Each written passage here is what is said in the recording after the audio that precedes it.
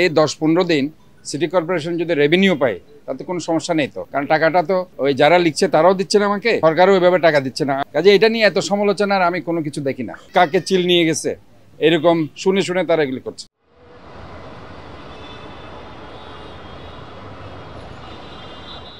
বিপ্লব উদ্যানে ইনফ্যাক্ট এটা আমরা অলরেডি ডিক্লার্ড, এটা একটা গ্রিন পার্ক হবে, ওয়াকওয়ে হবে এবং সেখানে একটা সবুজের সমারোহ থাকবে। এই যে কথাগুলো চলছে, একটা জুলাই অগাস্টের কিছু চিত্র প্রদর্শনী, একটি মেলা তো আমরা আগেও দিয়েছি, কারণ আমাদের কাজটা এখনো শুরু হয়নি, কাজ শুরু হবে আরও 1 মাস পরে।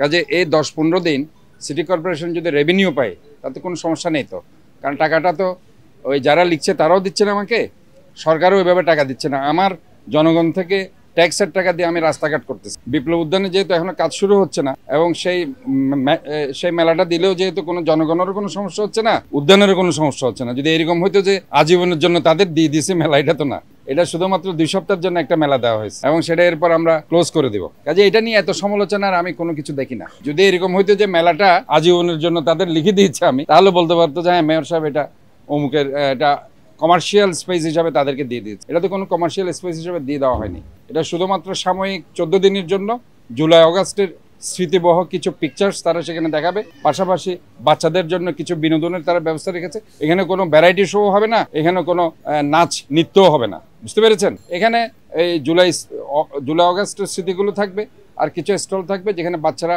যাবে, বিনোদন করবে, দ্যাটস অল।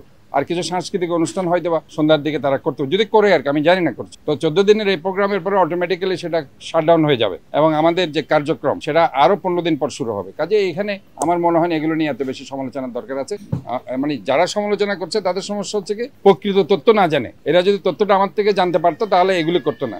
এরা না জেনে ওই যে কাকে চিল নিয়ে গেছে এরকম শুনে শুনে তারা এগুলি করছে। ক্রিকেটে ফর্ম সবসময় একরকম যায় না, কখনো একটা বলও কানেক্ট হয় না, আবার কখনো ব্যাট চালালেই 4 ছক্কা।